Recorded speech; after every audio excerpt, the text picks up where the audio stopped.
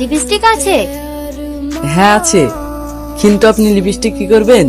আপনি তো হিজাব পরেন। এই নিন। এটা না, রেড কালারের দিন। আর হ্যাঁ, লিপস্টিক আমার জন্য না, আমার একটা ছোট বোন আছে, ওর জন্য। মাশাআল্লাহ। কি হলো, লিপস্টিক নিবেন না? না, নিব না। শাকিল, তুই এদেরকে দেখা, আমি আসছি। এই যে শুনছেন? কিছু বলবেন?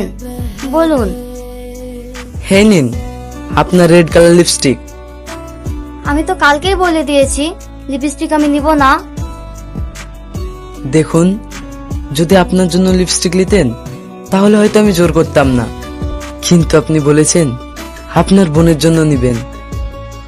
আর বোনের কথা শুনলে বুকটা আমার কেঁপে ওঠে। কেন? সে অন্য একদিন শোনাবো। হে নিন। আচ্ছা, কত টাকা?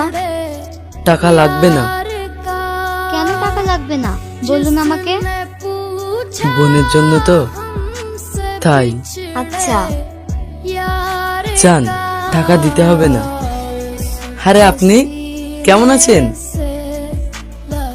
আলহামদুলিল্লাহ ভালো আছি, আর আপনি? হ্যাঁ ভালো আছি। আর আপনার বোন কেমন আছে? জি ভালো আছে, বোনের জন্যই কিছু নিতে আসলাম। আচ্ছা বলুন, কি দেব? নেল পালিশ দেন বোনের জন্য। ওই ছেড়ে দে ওকে। ভাই আপনি ওঠো, তুমি যার কাছে ভুল করেছো তার সঙ্গে গিয়ে ক্ষমা চাও, দিয়ে যাও এখান থেকে। আমি কি দেখছি, চার ভাই পুরো এলাকা কাঁপতো, সে এত ভালো মানুষ হলো কি করে? বোন, তুমি আমাদের ক্ষমা করে দাও, আমরা বুঝতে পারিনি তুমি ভাই চেনা, প্লিজ ক্ষমা করে দাও। ঠিক আছে ঠিক আছে, ক্ষমা করে দিলাম। এই চ। কে তুমি?